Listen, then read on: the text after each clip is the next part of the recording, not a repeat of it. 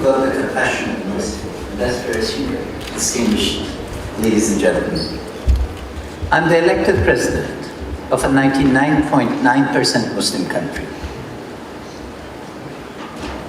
A country where 38% of the electorate were women, where in order to participate, people had to face cutting of their fingers.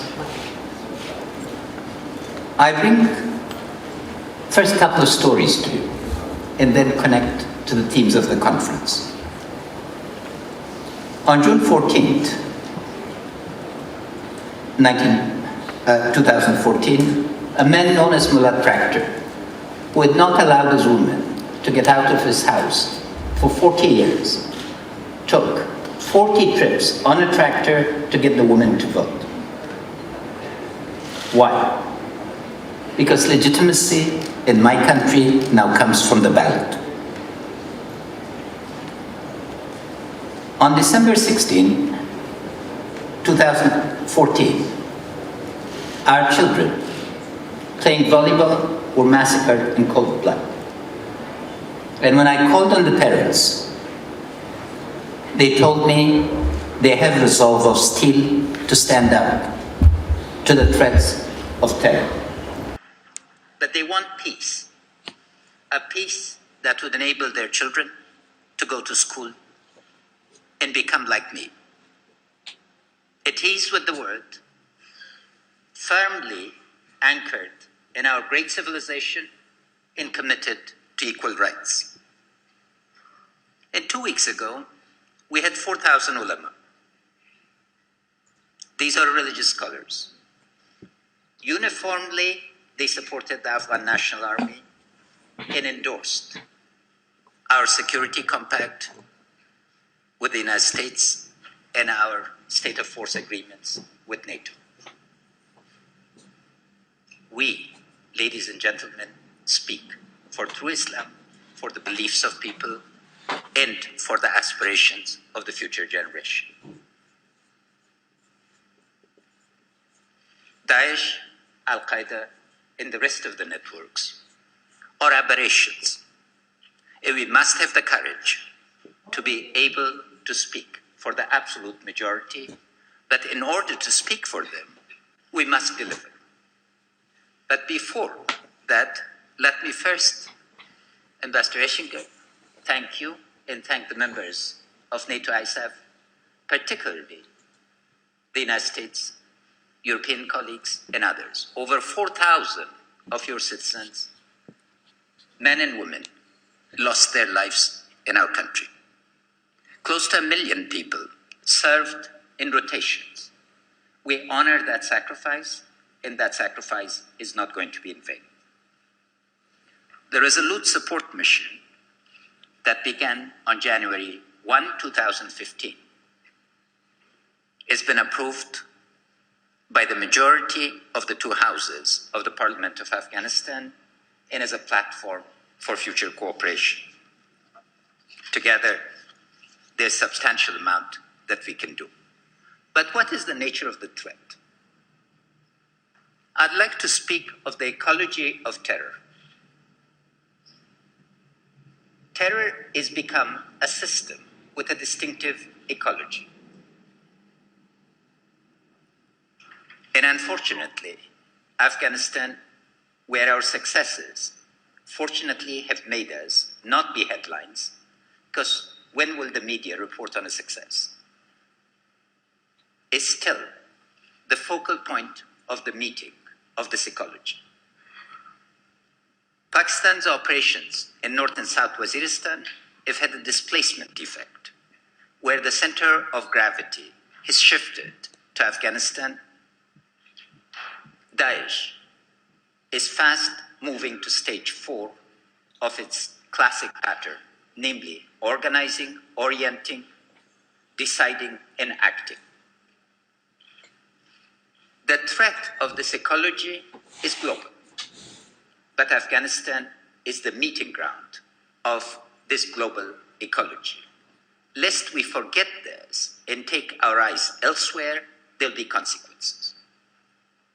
This is not to say that we are not committed, the world does not owe us. We must first take the responsibility to reorganize, and we are. The reform programs that we've embarked on are substantial, focused, and their key goal is to honor the electorate. In terms of the area, we've done what has been unprecedented, namely a victor in an election, not claiming the prize, but forming a government of national unity so that all the electorate would be represented. Political consensus is the first basis of moving forward, and we are moving forward. Second, we've engaged the region. Our active diplomacy has brought a series of trilateral relationships, the most significant of which has been China, United States, and Afghanistan. Equally, our engagement with Pakistan has been intense, comprehensive, and hopefully in quiet. We do not make announcements, we look for outcomes. And we are hopeful that there will be outcomes that would bring results that would be game changers in our part of the world.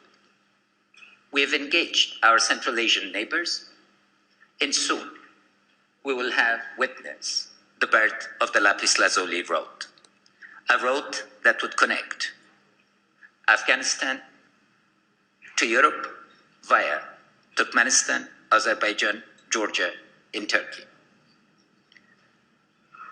We've engaged all members of our 5 circles of foreign policy in here, particularly again, I'd like to thank the United States and the framework nations of Germany, Italy, Turkey, UK, and other members who are contributing to the Resolute Support Mission. But on the ecology of terror, our focus is country by country, rather than on the understanding the ecological system.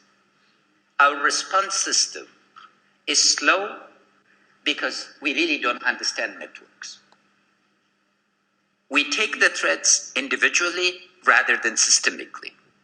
And it is very important not to isolate the events from Syria, Iraq, Yemen, and Libya from what is unfolding in Afghanistan, in South Asia.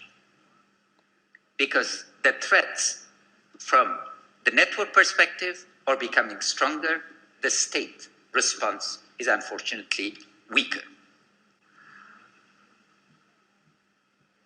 I'm glad to see the concept of hybrid warfare make it into the Munich Security Conference's vocabulary. We have suffered from this practice, so I'd like to call attention to one feature that is not part of the vocabulary yet: criminality. Deep networks of criminality are a driver of conflict. Most of the time, when we focus on peace, we focus on the ideologues, on the discourse, on formation of networks of discursive understanding. The key question is who finances the conflict and who benefits from it. It's not that the discursive part is unimportant, but without understanding the deep roots of financing, the global criminal economy is worth 1.7 trillion a year. And the criminalization of part of Afghanistan's economy is certainly among the top 20 contributors to this. So in terms of response, we need compacts for stability and prosperity. And this must address 4 levels. One is at the national level. What enables terrorism to thrive and instability to prevail is when the citizen is not at the center stage. The Afghan citizen does not live in the 16th century, 18th, or 19th. She lives in the 21st century and aspirations of 21st century. Her participation in the election must be honored by honoring the election and the democratic system in not dismissing it. Of course, it will take a long time for one of the poorest countries on earth to become fully stable, but the intention in the engagement of the citizenry must be taken. Second, regional. In the region, we've had a practice where states have provided sanctuary to non-state actors or where they have sponsored, states have been sponsored non-state actors deliberately to undermine the security of a neighbor. I hope that it becomes clear that those days are over. Third, at the Islamic level, there is a struggle for the soul of Islam, for who speaks for this great civilization. And we must not remain silent. Silence is no longer an option in face of the barbarity of killing the Jordanian soldier or the Japanese hostage or others. And fourth is global. Our global institutions are slow. They are product of mid-20th century geared to response to conditions of mid-20th century. Without a global architecture that responds to the conditions of 2015, we will always be not 2 steps behind, but Mr. Eliason, 10 steps behind. So we do hope that at the global level, we can reorient. But my last message, and thank you for the opportunity, is one of hope. We will overcome all these difficulties because Afghans have a unique space in Islamic history. No one in the 20th century has paid a higher price, sacrificed as much, and suffered as much for defending our faith against the Soviet invasion, for standing for what is right, for aspiring to generate and contribute to order. Based on that record, now the people of Afghanistan are ready not to just open a new page, but to begin a new book, a book of cooperation, understanding, and engagement. Our location, our water resources, our mineral resources, our entrepreneurial energies, all allow us to hope for a different day. We hope that you will remain engaged and committed, and that we all together can participate in an inclusive global order where we will all benefit. Thank you.